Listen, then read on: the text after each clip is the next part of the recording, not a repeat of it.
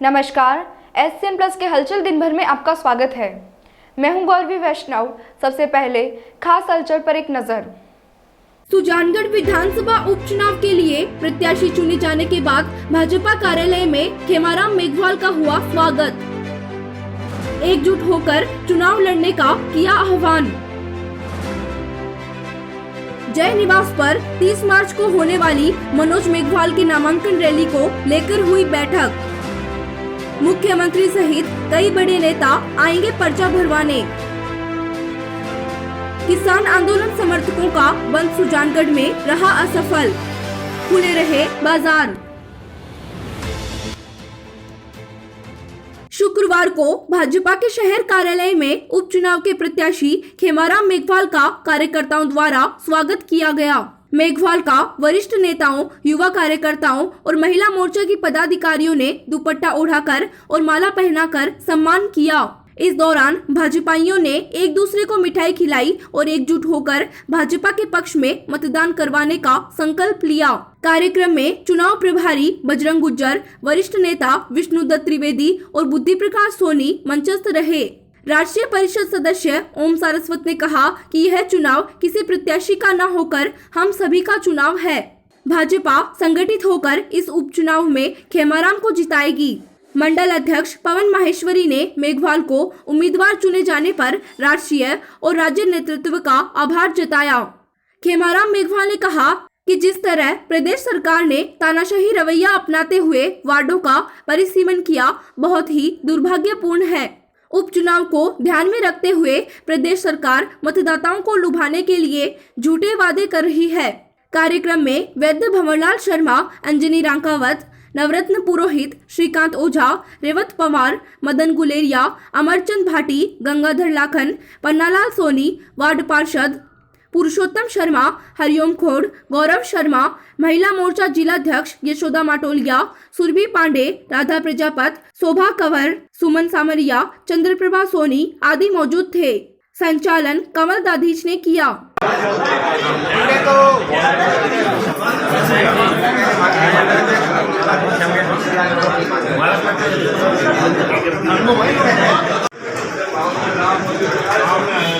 सभी पार्टी के बूथ अध्यक्ष और महिला शक्ति से निवेदन करूंगा वो भी करते हैं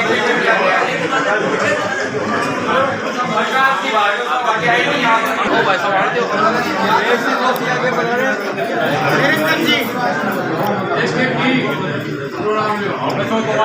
श्री भंवरलाल जी प्रजापत आगे हमारे कल्याण के लिए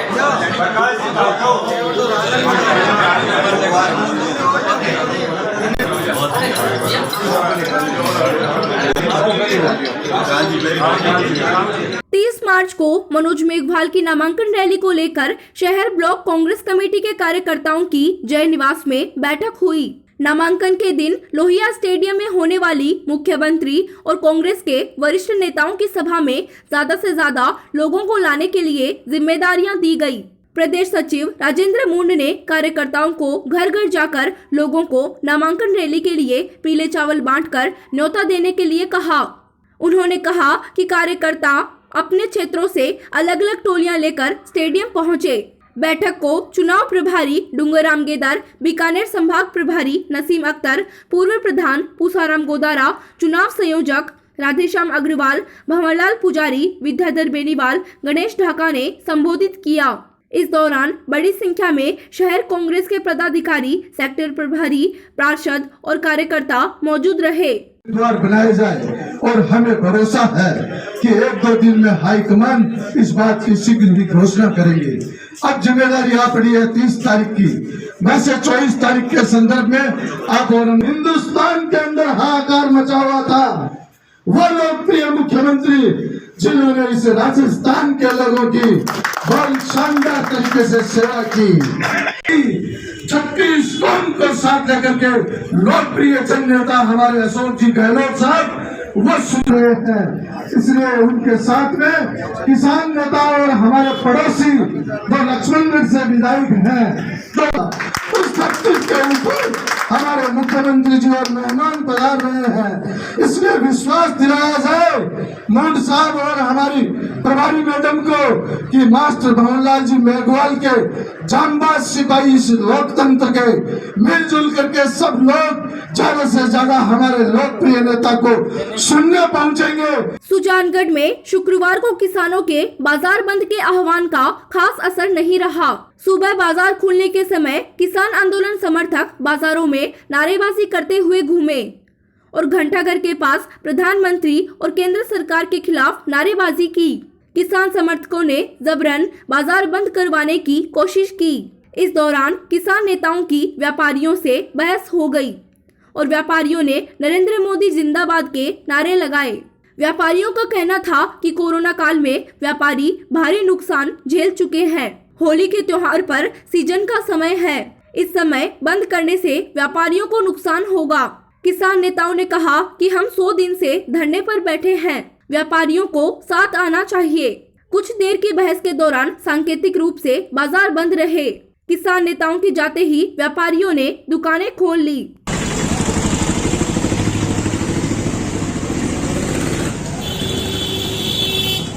मोदी जिंदाबाद, मोदी जिंदाबाद, मोदी जिंदाबाद। हम बोल रहे हैं ठीक है, आप अकेले नहीं, हमें मोदी से विरोध नहीं है, हमें मात्र काले कानून से विरोध है।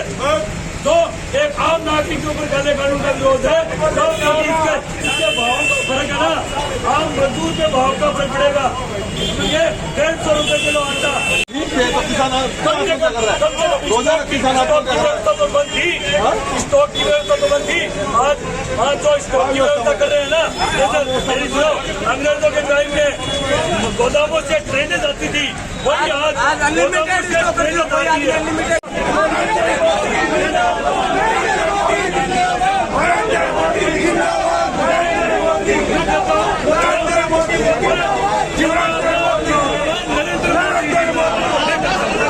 नरेंद्र मोदी जिंदाबाद,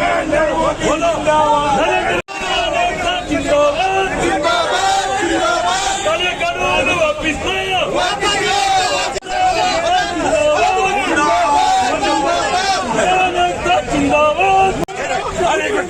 5 बजे हम ज्ञापन देते हैं हमेशा ही। ये क्या, अरे चूरू का हमें नहीं है, हमें तो हमारे मार्केट को जागरूक करना है, हमें हमारे मार्केट को जागरूक करना है। हम उससे लगे हुए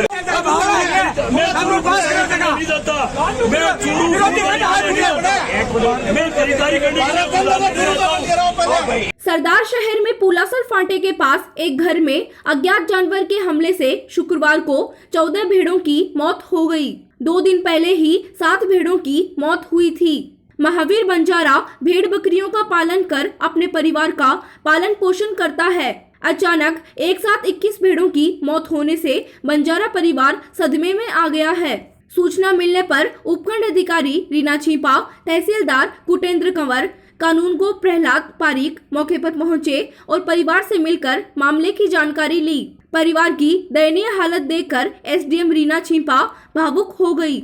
विचार विमर्श के बाद कानूनगो प्रहलाद पारीक ने मंडी के व्यापारियों से संपर्क किया और पीड़ित परिवार को आर्थिक मदद देने का आग्रह किया तो मंडी के व्यापारियों ने 30,000 रुपए की आर्थिक सहायता प्रदान की।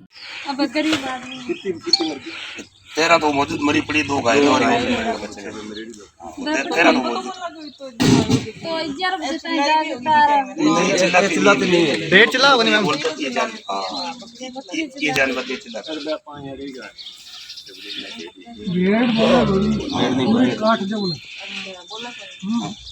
भेड़ को पीछे से खाते रहेंगे जानवर, आगे ये उगाड़ी खाती रहेगी। एसडीएम साहब, तहसीलदार साहब, मंडी के व्यापारी प्रभु जी, सोन जी, असलम जी, ठीक है। लोग की है कि यहाँ मतलब सारी आर्थिक मदद करने से कभी परिवार के इसे संकट आ गए, जो नुकसान है जो गरीब आदमी है, तो आपकी प्रेरणा से मदद कर रहे हो। इन भाई बेटे 2 जन और सिस्टम की सर आप 130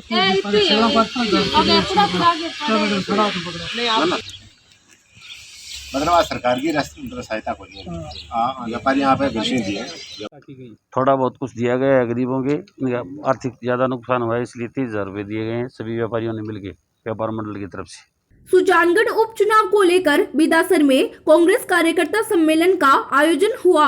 इस अवसर पर कांग्रेस नेताओं ने आगामी 30 मार्च को होने वाली नामांकन रैली को सफल बनाने का आह्वान किया। आपको बता दें कि 30 मार्च को कांग्रेस प्रत्याशी मनोज मेघवाल नामांकन दाखिल करेंगे, जिसमें सीएम अशोक गहलोत, कांग्रेस प्रभारी अजय माकन सहित कांग्रेस के कई नेता शिरकत करेंगे। 30 तारीख को हमारे कांग्रेस के अधिकृत उम्मीदवार मनोज मेघवाल का पर्चा दाखिल किया जाएगा और उस पर्चा की बैठक लोहिया स्टेडियम में बुलाई जाएगी, जिसको हमारे राजस्थान के लोकप्रिय मुख्यमंत्री अशोक जी गहलोत, प्रभारी अजय माकन जी और श्री गोविंद सिंह जी डोटासरा पीसीसी चीफ संबोधित करेंगे। और उसमें सभी हमारे कार्यकर्ता सुजानगढ़ और बिदासर शहर और ग्रामीण क्षेत्र से बड़ी संख्या में, मैं तो ये समझता हूँ कि करीब 40-50 हजार हमारे कांग्रेस पार्टी के लोग उस सभा में शामिल होंगे और इस आह्वान के साथ कि कांग्रेस उपचुनाव जीते, ये सुनिश्चित।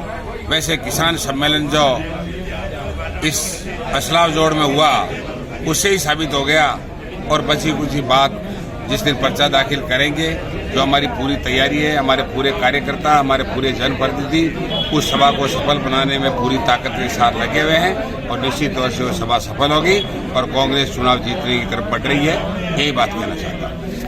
30 तारीख को कांग्रेस पार्टी के अधिकृत प्रत्याशी में एडवोकेट मनोज कुमार मेघवाल नामांकन दाखिल करेंगे।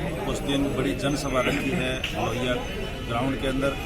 उस जनसभा के अंदर राजस्थान के यशस्वी मुख्यमंत्री माननीय अशोक गहलोत साहब, राजस्थान प्रदेश के प्रभारी अजय माकन साहब और राजस्थान प्रदेश के अध्यक्ष गोविंद सिंह डोटासरा जी पहुंचेंगे और भी बहुत सारे मंत्रीगण और विधायकगण वहाँ पहुंचेंगे। कार्यकर्ताओं की बड़ी जबरदस्त तैयारी है, सारे के सारे कार्यकर्ता एकजुट होकर के लगे हुए हैं। कल हम लोगों ने ग्रामीण क्षेत्र के कार्यकर्ताओं की मीटिंग की थी, आज सुबह सुजानगढ़ शहर की मीटिंग की थी, अभी बिदासर की मीटिंग है। कार्यकर्ताओं में जो जोश है उससे दिखाई दे रहा है कि हम ऐतिहासिक जनसभा 30 तारीख को सुजानगढ़ के अंदर होगी। चूरू के पुराने श्याम मंदिर में गुरुवार को देर रात तक भजन संध्या में भक्तों ने श्याम प्रभु को रिझाया। कार्यक्रम में कलाकार लक्ष्मी मोदी, राकेश दाधीच, एजाज खान ने एक से बढ़कर एक भजनों की प्रस्तुतियां दी। श्याम भक्त देर रात्रि तक प्रभु के जागरण में उपस्थित रहे। इतने सारे श्याम प्रेमी बैठे हैं, देखकर ऐसा लगेगा बाबा को भी पता चल जाना चाहिए कि कहीं नींद भी आपसे कम नहीं होता। हाजिरी लगाने का मौका मिला है और जो लोग बाबा के मंदिर में बैठे सभी श्याम प्रेमियों को भी मेरी ओर से जय श्री श्याम और मंच पर बैठे सभी मां सरस्वती के पुत्रों को भी मेरी ओर से जय श्री श्याम।